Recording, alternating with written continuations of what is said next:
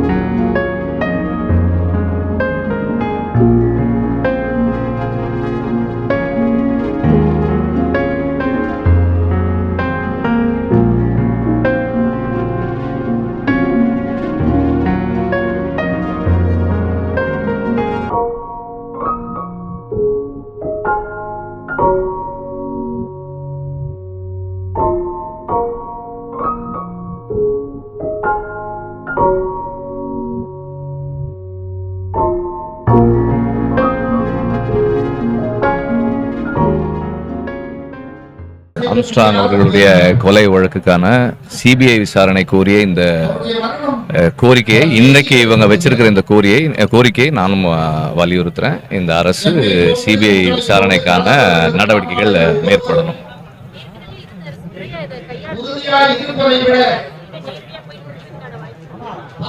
இல்ல, அரசுக்கு கோரிக்கை வச்சிருக்கோம், அடுத்தது என்னன்றது பார்ப்போம்.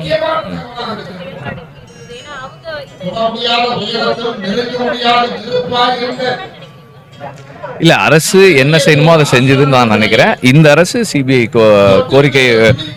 விசாரணை கொண்டு வரணும்னு கோரிக்கை முன்வைக்கிறோம். தவறு நடந்திருக்கு. அந்த தவறு செய்தவர்கள் உண்மையான குற்றவாளி யாருங்கிறத கண்டுபிடிக்கணும். அந்த கோரிக்கைங்கிற நியாயமான கோரிக்கை அதை அரசுகிட்ட வச்சிருக்காங்க. எல்லா தலைவர்களுமே அதை முன்மொழிஞ்சிருக்காங்க. நானும் தவறு செய்தவர்கள் சட்டத்தின் முன்பாக நிறுத்தப்படணும், நடவடிக்கை எடுக்கணுங்கிற கோரிக்கை. இல்லை, நாங்கள் நண்பர்களாக சகோதரர்களாக 35 ஆண்டுகள் பழகிருக்கோம். காலேஜ் படித்த காலத்துலேருந்து தெரியும். அதனால் அது எங்களுக்குள்ள நிறைய பர்சனலாக நிறைய விஷயங்கள் இருக்குது. ஒரு நல்ல என்ன சொல்கிறது, எல்லாரும் நல்லா இருக்குன்னு நினைக்கக்கூடிய ஒரு நல்ல எண்ணம் படைத்த ஒரு தலைவர். அவருடைய இழப்பு, அவருடைய திருமணத்தில் நான் கலந்துக்கிட்டேன். அதுக்கப்புறம் இன்றைக்கி தான் இந்த ஒரு துக்க நிகழ்ச்சியில் கலந்துக்கக்கூடிய ஒரு சூழல். இது ஒரு மிகப்பெரிய இழப்பு. அவரை சார்ந்தவர்களுக்கு மட்டுமல்ல, பொதுவாகவே அவர் கூட பழகிய நண்பர்கள், அவர் குடும்பத்தார்கள் எல்லாருக்குமே ஒரு மிகப்பெரிய இழப்பு. அவருடைய கனவுகள் நிச்சயமாக வரக்கூடிய தலைமுறைகள் அவர் எல்லோரும் படிக்கணும்னு ஆசைப்பட்டார். அதிலும் குறிப்பாக சட்டம் படிக்கணும்னு ஆசைப்பட்டார். அந்த அவருடைய ஆசைகளும் அவருடைய நோக்கங்களும் நிறைவேறணும் அப்படிங்கிறது. ஆம், மரியாதைக்குரிய அண்ணன் ஆம்ஸ்ட்ராங் அவர்களுடைய இந்த நினைவு நாளில் விடுதலை சிறுத்தைகள் சார்பில் எங்களுடைய தலைவர் எழுச்சி தமிழர்களுடைய சார்பில் அவருக்கு செம்மார்ந்த வீர வணக்கத்தை தெரிவித்துக் கொள்கின்றோம். புரட்சியாளர் அம்பேத்கர், தந்தை பெரியார் அவருடைய வழியில் தொடர்ந்து இந்த மக்களுடைய விடுதலைக்காக களமாடியவர் மரியாதைக்குரிய ஆம்ஸ்ட்ராங் அவர்கள். அவருடைய இந்த நாளில், நினைவு நாளில், விடுதலை சிறுத்தைகள் அவருடைய நினைவை, அவருடைய இலக்கை வென்றெடுப்பதில் உறுதியாக இருக்கும்.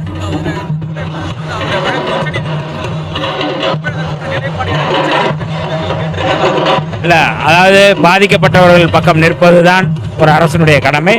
அவை கட்டாயம் மரியாதைக்குரிய சகோதரி பொற்கொடி ஆம்ஸ்ட்ராங் அவருடைய என்ன கோரிக்கை இருக்கிறதோ அந்த கோரிக்கையை வென்றெடுப்பதுதான் அரசுடைய கடமை. அதில் எந்த மாற்று கருத்தும் இல்லை. பாதிக்கப்பட்டவர்கள் பக்கம் அரசு நிற்கும், அதில் எந்த மாற்று கருத்தும் இல்லை.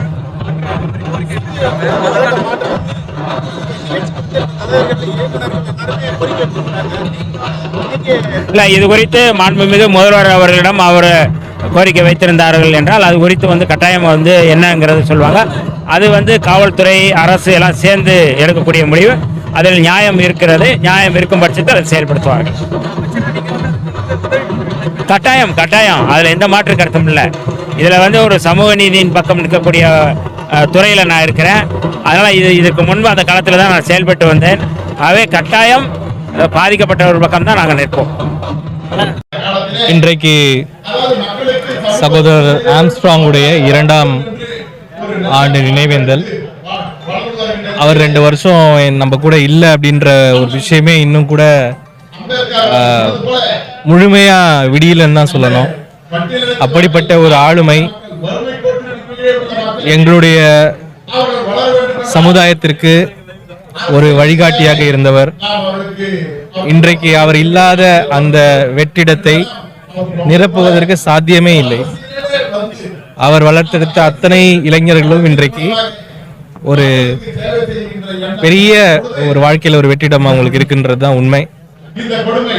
அப்படிப்பட்ட ஒரு ஒரு முக்கியமான சமுதாயத்தில் ஒரு முக்கியமான அங்கமாக அவர் இருந்து வந்தார். அது அவரை இழந்தது ஒரு பக்கம், அவருடைய இடத்தை நிரப்ப முடியாத இருக்கிறது ஒரு பக்கம், இன்னொரு பக்கம் இதற்கு காரணமா இருந்தவங்களை இன்னுமே பிடிக்காம இருக்கிறது இன்னொரு பக்கம். இது எல்லாமே இந்த சமுதாயத்திற்கு ஒரு பெரிய ஒரு மன வருத்தத்தை அளிக்கிற ஒரு விஷயம். இந்த பத்திரிகையாளர் சந்திப்பின் வாயிலாக கூட நான் ஒரு அப்பீல் வைக்கிறேன் கவர்மெண்ட்டுக்கு. தயவு செஞ்சு இதை சீக்கிரமா இந்த கேஸை சால்வ் பண்ணி அட்லீஸ்ட் எங்க எல்லாருக்குமே ஒரு க்ளோசர் நீங்க கொடுக்கணும். இதுல பல பேர் இன்வால்வ் ஆயிருக்காங்கன்றது தெரியும், அரசியல் பலம் படைத்தவர்கள் எல்லாம் இருக்காங்கன்றதும் தெரியும். அப்படி இருக்கும் பொழுது இன்னைக்கு ஒரு அரசியல் சூழல் மாறிய ஒரு சந்தர்ப்பத்தில் சமுதாயம் சார்பாக நான் இந்த புதிய அரசாங்கத்திற்கு என்னுடைய பணிவான வேண்டுகோள், இதற்கு காரணமாக இருந்தவர்களை கூடிய சீக்கிரமே சட்டத்தின் முன் நிற்க வைக்க வேண்டும். அவரே உருவாக்கிய பல சட்ட நிபுணர்கள் இங்கு நாம் உள்ளோம், மீதியை நாங்க பார்த்துக்கிறோம். அதனால எங்களுடைய பணிவான இந்த வேண்டுகோளை முதலமைச்சரும் அரசாங்கமும் செவி சாய்த்து கேட்கும் என்ற நம்பிக்கையோடு இந்த ஒரு நினைவேந்தலில் அவருடைய வாழ்க்கையில் அவர் எவ்வாறு வாழ்ந்து காட்டினாரோ அவர்கள் எல்லோரும் கூட, அவருடன் இருந்த எல்லோரும் கூட ஒரு ஆம்ஸ்ட்ராங்காக மாறி இந்த சமுதாயத்தையும் ஒடுக்கப்பட்டவர்களையும் காத்து நிற்க வேண்டும் என்ற நம்பிக்கையோடு வேண்டுதலோடு விடைபெறுகிறேன். நன்றி, வணக்கம்.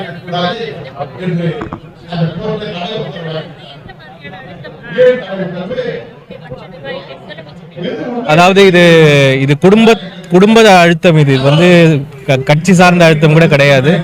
எங்களுடைய குடும்பம் சார்பாக நாங்கள் கண்டிப்பாக இந்த அழுத்தத்தை எவ்வளவு பண்ண முடியுமோ அவ்வளோ பண்ணோம்.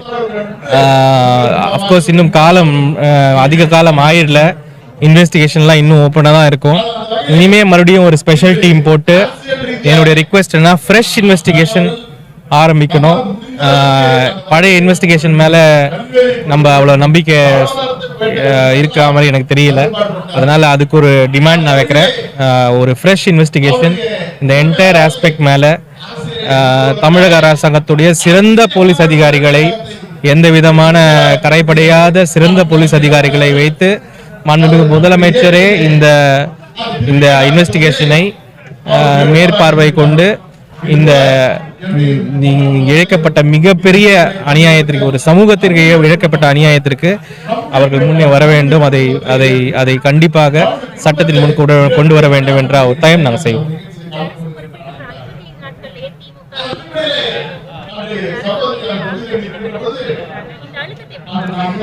ஆளுநர் இன்னைக்கு ஒரு பாஜகவின் ஒரு பொம்மையா தான் இருக்காரு. அதனால ஆளுநர் தான் இவங்க எல்லாருமே போய் கொடுக்குற ஒரு விஷயம். முதல்ல அரசாங்கம் நடக்க விடட்டும். இன்னைக்கு நம்ம பல இடங்கள்ல இருந்து கேட்கிற விஷயம் என்னன்னா, அடித்தட்டு லெவல்ல பல மேல்தட்டு லெவல்லையும் சரி பல இடங்களில் ஊழல் நின்று இருக்குன்றது தான் இன்னைக்கு மக்கள் பேசுற பேச்சு. அதனால அதெல்லாம் அரசாங்கம் இன்னும் கொஞ்ச நாள் நடந்தாதான் அதெல்லாம் அந்த முடிவுக்கு வர முடியும். மற்றபடி அரசியலாக எதிர்கட்சிகள் செய்வாங்க, அதெல்லாம் நம்ம பெருசா பொருட்படுத்திக்க வேண்டாம்.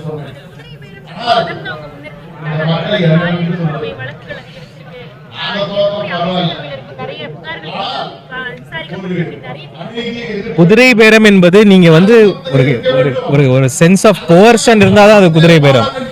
அதாவது யாரையாவது குத்துக்கிட்டு போய் ஹோட்டல்ல வச்சாங்களா, ரிசோர்ட்ல வச்சாங்களா, இல்ல காசு கொடுத்தாங்களா, இல்ல பயமுறுத்தினாங்களா, இடி அனுப்புனாங்களா, ஐடி அனுப்புனாங்களா?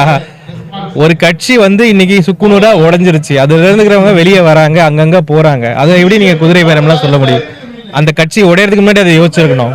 பாஜகவோட சேர்ந்த ஒரே காரணத்துக்காக அந்த ஒரு பெரிய திராவிட கட்சி இன்னைக்கு இடம் இல்லாம தெரிஞ்சிட்டு இருக்கு. அதனால இருக்கிறவங்க எல்லாம் வெளியே போறாங்க. இதை குதிரை பேரம்லாம் சொல்ல முடியாது. நன்றி. அது எல்லாருக்கும் தெரியும். 30 வருஷம் அவரோட நட்பு நான் ரொம்ப அம்மையார் பொறுப்படி பார்த்தா பேசுறேன்.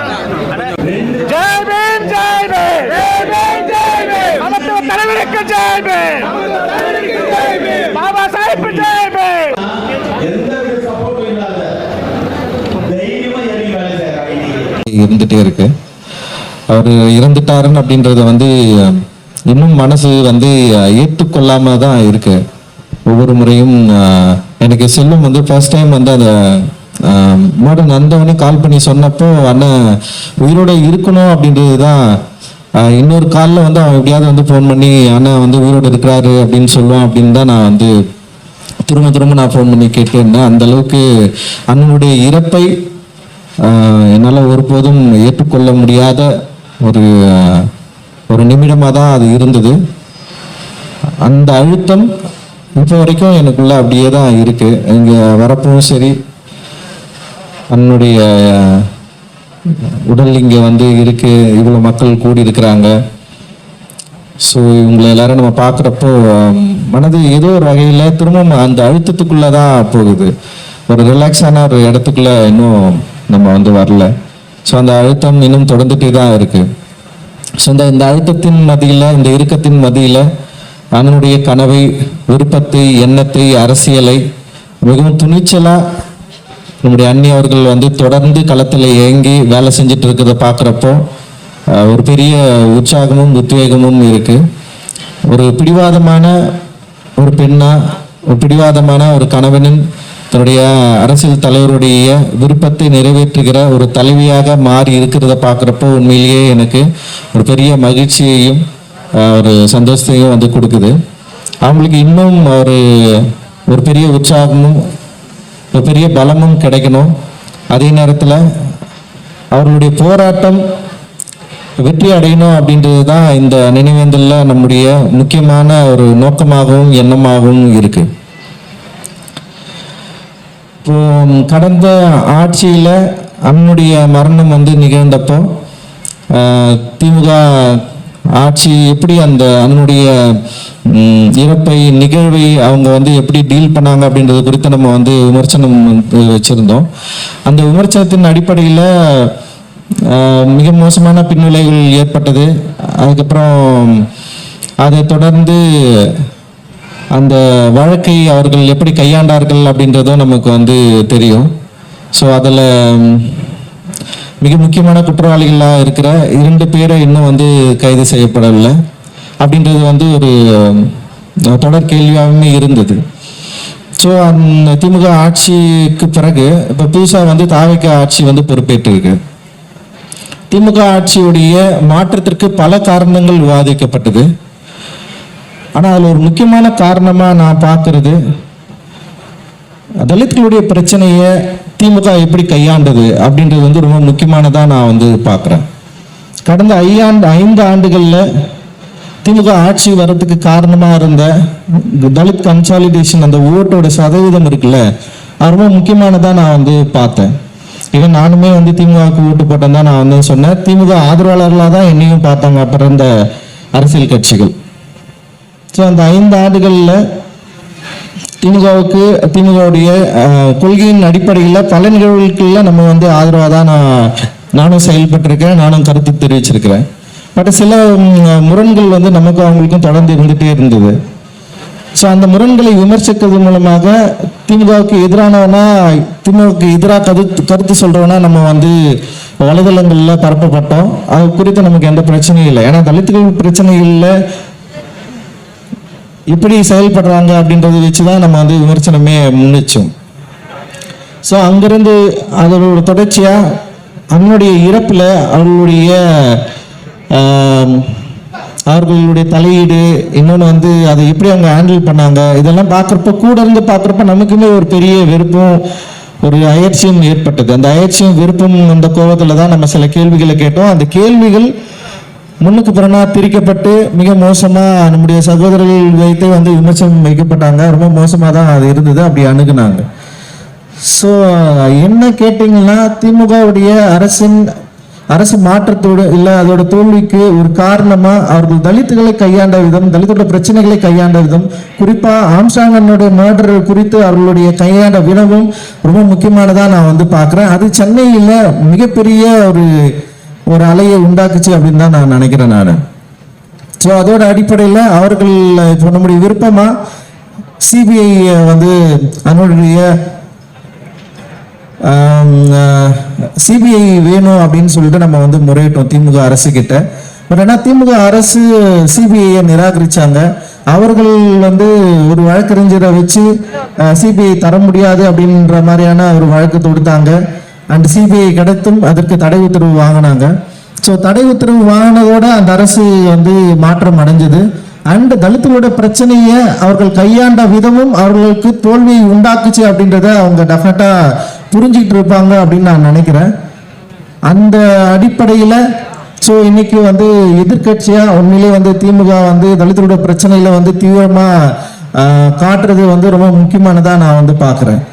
அப்படி இருக்கும் பட்சத்தில் கூட இன்னைக்கு ஆம்ஸ்ட்ராங்கனுடைய அந்த வழக்கறிஞரை வைத்து திரும்பவும் ரொம்ப ஃபோர்ஸ்ஃபுல்லாக தடுக்க நினைக்கிறது என்ன மாதிரியான ஒரு நோக்கம் அப்படின்னு நமக்கு தெரியல. ஸோ அந்த வழக்கு ஏற்கனவே வந்திருக்கு. அந்த உச்சநீதிமன்றத்திலையும் நீதிமன்றத்தில் வந்து அது குறித்து வந்து கேள்விகள் வந்து கேட்கப்பட்டிருக்கு. அண்ட் இன்றைய தமிழக அரசு தாவேகா அரசுடைய நிலைப்பாடு என்னன்ற கேள்வியும் நீதிமன்றம் வந்து முன் வச்சிருக்கு. ஸோ இந்த நேரத்தில் தாவேகா அரசு ஒரு மாற்றத்தை உருவாக்குகிறோம் அப்படின்னு சொல்லிட்டு சட்டமன்றத்தில் கூட திரு முதல்வர் அவர்கள் பாபாசாஹேப் அம்பேத்கருடைய கனவை நாங்கள் வந்து நிறைவேற்றிருக்கிறோம், ஒரு மாற்றத்தை வந்து உருவாக்கி இருக்கிறோம். கிட்டத்தட்ட வந்து தலித் அமைச்சர்களில் 8 தலித் அமைச்சர்களை நாங்கள் வந்து நியமிச்சிருக்கோம் அப்படின்ற ஒரு பேச்சை கூட நம்ம வந்து பார்த்தோம். அதை அவர் பதிவு செஞ்சிருந்தாரு. அதன் அடிப்படையில் அவர்கிட்ட நமக்கு சில முறையீடுகள் இருக்கு, நம்ம முறையீடுகளை வைக்கிறோம். ஆம்ஸ்ட்ராங்கனுடைய படுகொலை அதில் முக்கிய குற்றவாளிகளாக இருக்கிற 2 குற்றவாளிகளை சம்பவ செந்தில் மற்றும் மொட்டை கிருஷ்ணன் அவர்களை வந்து உடனடியாக கைது செய்யணும். ஏன் இன்னும் கைது செய்ய முடியாமல் இருக்கு? அந்த குற்றவாளிகளை கைது செய்தால் மட்டும்தான் இதில் வேற யாரெல்லாம் வந்து தலையிட்டு இருக்கிறாங்க, வேற யாரோடைய ஆதரவெல்லாம் இதுக்குள்ள இருக்கு, மிக முக்கியமான குற்றவாளிகளை கண்டுபிடிக்கக்கூடிய ஒரு சூழல் உருவாகும் அப்படின்றது வந்து எங்கள் தரப்பு நியாயம். ஸோ இந்த அரசு இதை கவனத்தில் எடுத்து மிக முக்கியமான குற்றவாளியா நீண்ட நாட்களாக கைது செய்யப்படாமல் இருக்கிற அந்த குற்றவாளிகளை கைது செய்வதற்கு தீவிரம் காட்டணும். அதே நேரத்தில் இந்த வழக்கை சிபிஐ வசம் ஒப்படைக்கணும்.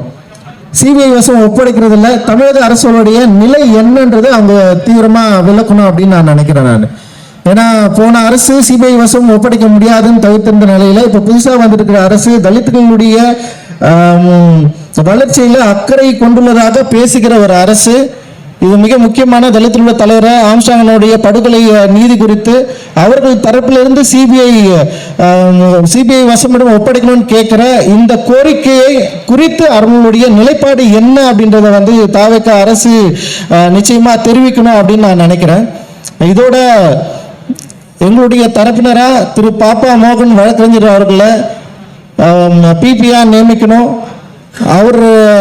அவருடைய தலைமையில் இந்த வழக்கு வந்து செயல்படணும் அப்படின்ற ஒரு கோரிக்கையும் வந்து நாங்கள் வந்து முன்வைக்கிறோம். ஸோ இந்த கோரிக்கையும் ஒரு அரசியல் ஸ்டண்டாக மட்டும் இல்லாமல் தலித்துகளுடைய பிரச்சனையை தீவிரம் காட்ட வேண்டிய தேவை இருக்கு. ஏன்னா ஆட்சி மாற்றம் நடந்தாலுமே இங்க தலித்துகளுக்கு எதிராக பிரச்சனை தொடர்ந்து நடந்துட்டு தான் இருக்கு.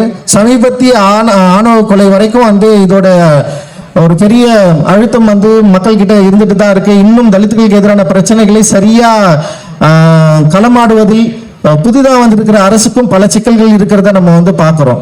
இன்னும் தலித்துகளுடைய பிரச்சனைகளை எப்படி நம்ம ஹேண்டில் பண்ண போறோம் அண்ட் புதிதாக பொறுப்பேற்றிருக்கிற தலித் அமைச்சர்கள் இப்போ வரைக்கும் தலித்துகளோட பிரச்சனைகளை குறித்தோ தலித்துகளுடைய வாழ்வாதார நிகழ்வுகளை குறித்தோ இல்லை சமீபத்திய ஆணவ கொலைகள் குறித்தோ அவர்கள் எந்த விதமான கருத்துமே தெரிவிக்கல.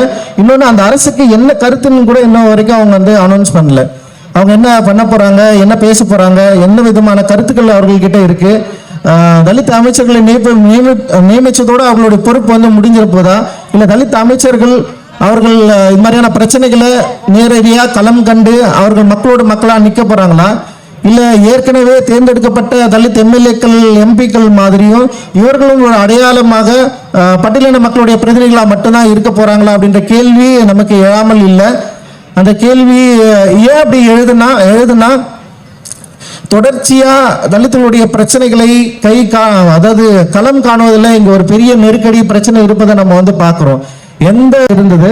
ஆனா தலித்துகள் ஆட்சி பொறுப்புக்கு வந்ததுக்கு பிறகு குறிப்பா வந்து கவின் படுகொலை வரைக்கும் வந்து அவர்களுடைய நிலைப்பாடு வெளிப்படையாகவும் இல்லை.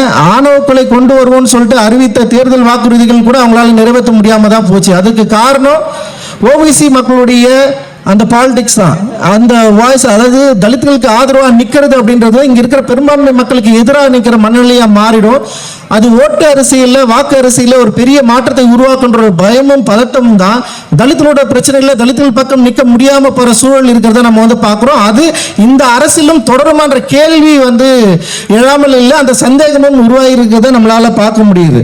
உண்மையிலே 8 தலித் அமைச்சர்களின் நியமித்தது மிக மிக முக்கியமான விஷயம், ஒரு வரலாற்று நிகழ்வு. ஆனா அந்த 8 தலித் அமைச்சர்கள் குறிப்பா வன்னியரசு தோழர்கள் அவருடைய செயல்பாடை தவிர்த்து மற்ற அமைச்சர்கள் வந்து இப்போ வரைக்குமான தலித்தரோட பிரச்சனைகளோட அவர்கள் குரல் என்ன அப்படின்னு கேட்கிறப்போ ஒரு வெற்றிடம் தான் இருக்குது, ஒரு ஜீரோவா தான் இருக்கு. இப்போ வரைக்கும் அவர்கள் வந்து அந்த பிரச்சனை குறித்து யாரும் எதுவும் பேசவில்லை. இன்னும் அந்த அரசு மிக அழுத்தமாக பேசப்பட்ட சூழல்ல கூட தமிழக அரசு சார்பில் எந்த கருத்தும் அதை பற்றி தெரிவிக்கப்படல. குறிப்பா அந்த பிரச்சனையை ஒட்டி சில கைது நடவடிக்கைகள் நடந்தது, 2 பக்கமும் சில கைது நடவடிக்கைகள் நடந்தது. அதன் பிறகு இப்படி தொடர்ச்சியா நடக்கிற அந்த ஆணவ கொலைகள் குறித்தான எங்களுடைய செயல்பாடு எப்படி இருக்க போகுது, எங்களுடைய நடவடிக்கைகள் எப்படி இருக்க போகுது அப்படின்ற ஒரு தெளிவான வெளிப்படையான ஒரு கொள்கை திட்டங்களோ அறிவிக்கைகளோ இல்லை வந்து எந்த விதமான முன்முயற்சிகளோ எடுக்காம இருக்கிறத நம்ம இந்த மேடையில கண்டனம் தெரிவிக்கிறது வந்து மிக மிக அவசியமானதா இருக்குதுன்னு நான் நினைக்கிறேன். ஸோ தலித்துகளோட பிரச்சனைகள்ல நீங்கள் ஒரு சார்பா இருப்பீர்கள், ஆனால் நிச்சயமாக உங்களுக்கு திரும்பிய தலித் ஓட்டுகள் திரும்ப உங்களுக்கு கிடைக்கும்ன்ற நம்பிக்கையிலிருந்து நீங்க வெளியே வந்துடலாம். இது வந்து ஏன்னா ஒவ்வொரு புதிய அரசு அமைக்கிறதுலும் தலித்துகள் ஓட்டு மிக முக்கியமான பங்கு வகிக்குது. அதை நம்ம முக்கியமாக பார்க்க வேண்டிய அவசியம் இருக்கு.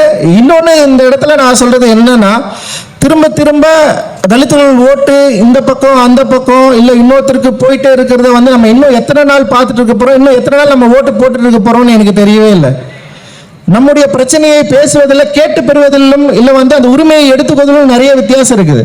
இன்னும் எத்தனை ஆண்டு காலம் கேட்டு பெறுகிற மக்களாக நம்ம இருக்க போறோம் அப்படின்றது வந்து மிக முக்கியமான கேள்வியா நான் பார்க்கிறேன். பல தலைவர்கள் நம்முடைய சமூகத்தில் வந்துட்டாங்க. பல தலைவர்கள் இந்த சமூக நீதியின் கொள்கையின் அடிப்படையில் பாபா அம்பேத்கரின் தத்துவத்தின் அடிப்படையில் பல கேள்விகள் கேட்டு பல போராட்டங்களை நிகழ்த்தி நம்முடைய சுதந்திரத்துக்கும் விடுதலைக்கும் உரிமைக்கும் மிகப்பெரிய பங்காற்றி இருக்கிறாங்க.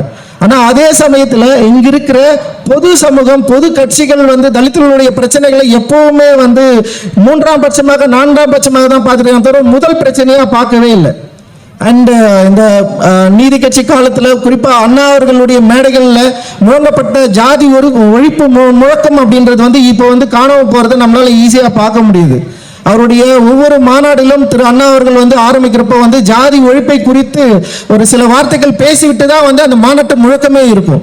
ஆனால் இன்னைக்கு ஜாதி ஒழிப்பை பேசுவது, ஜாதியில் இருக்கிற முரண்களை பற்றி பேசுவது, ஜாதியில் இருக்கிற பிரச்சனைகளை பற்றி பேசுவது என்பது இங்க இருக்கிற ஓபிசி கம்யூனிட்டிக்கு எதிரான நிலை அப்படின்ற ஒரு நிலை மாறி இப்படி பேசினா ஓட்டு வங்கியில் நமக்கு ஒரு பெரிய பிரச்சனை நிகழும். அந்த ஓட்டு வங்கியில பிரச்சனை நிகழாமல் இருக்கிறதுக்கு ஆதரவா நிற்க வேண்டிய அவசியம் இல்லை அப்படின்ற ஒரு முடிவு எடுக்கிறாங்க. இங்க பாதிக்கப்பட்ட மக்களுக்கு ஆதரவா நிற்கிறதா இல்ல பாதிப்பை உண்டாக்குற மக்களுக்கு ஆதரவா நிற்கிறதா அப்படின்ற இரண்டு நிலைப்பாடில் இருந்து பாதிக்கப்பட்ட மக்களுக்கு ஆதரவு நிலைப்பாடு அப்படின்றதுல இருந்து விலகி ரெண்டு பேருக்கும் பொதுவான ஒரு நிலைப்பாடை எடுக்கிறது மிக மிக முக்கியமான மோசமான ஒரு மோசடியான அரசியலா நான் பார்க்கிறேன். அந்த அரசியல் நிலைமை கடந்த காலங்கள் வரைக்கும் தொடர்ந்து நடைபெற்றுக் கொண்டிருந்தது இந்த தமிழக அரசியல் சூழல்ல. அது திரும்பவும் நடக்கக்கூடாது அப்படின்றதுதான் எங்களுடைய விருப்பம். அந்த இருக்காம இருக்கணும். குறைந்தபட்ச ஒரு நம்பிக்கையோடு, குறைந்தபட்ச ஒரு மாற்றத்தோடு இன்னைக்கு தாவேக்கு அரசு ஆட்சி அமைச்சிருக்கு. அவங்க சில வேலைகளை செய்ய ஆரம்பிச்சிருக்காங்க. அந்த வேலைகள் செய்ய ஆரம்பிக்கிற இதே வேளையில இன்னும் திறந்த மனதோடு தலித்களோட பிரச்சனைகளை நீங்கள் கையாளுவீர்களானால் இன்னும் திறந்த மனதோடு எந்த ஒரு பெரிய பவருக்கும் இங்க இருக்கிற பெரும்பான்மை சாதிகளுக்கும் இங்க இந்து சாதிகளுக்கும் நீங்க பயப்படாம தலித்தோட பிரச்சனைகளுக்கு ஆதரவாக நீங்க நிற்பீர்கள். ஆனால் அதுதான் மிகப்பெரிய மாற்றம். அந்த மாற்றத்தை தான் தலித்துகள் விரும்புகிறார்கள். அந்த மாற்றத்திற்காக தான் ஒரு பெரிய அளவிலான தலித் ஓட்டு உங்களுக்கு விழுந்திருக்கு. ஸோ அதை நீங்கள் குறைந்தபட்சம் நீங்க இதை யோசிக்க வேண்டிய ஒரு நிலையில இருக்கணும் அப்படின்னு நான் நினைக்கிறேன். ஏன்னா சமீபத்திய செயல்பாடு நிச்சயமா எங்களுக்கு ஒரு பயத்தை உண்டாக்கி இருக்கு. திரும்பவும் இது ஒரு தமிழக அரசியல் சூழல் இருக்கிற ஒரு திரும்பவும் இத்தனை ஆண்டு காலம் கொண்டிருந்த கட்சிகள் போலவே அந்த தோற்றத்தை உருவாக்கக்கூடிய ஒரு சூழலை உருவாக்குறத, ஒரு பயத்தை, ஒரு பதட்டத்தை எங்களுக்குள்ள உருவாக்குறத நாங்கள் பார்க்குறோம். அண்ட் இது இனி நடைபெறுகிற பிரச்சனைகள்ல இவங்களுடைய நிலைப்பாடு என்ன அப்படின்றத பொறுத்து தான் நிச்சயமா இது இருக்கும். அதே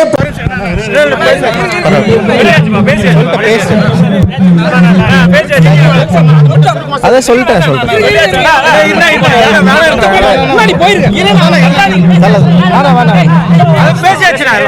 பேசிட்டேன் நாங்க சொல்லிட்டேன் சார்.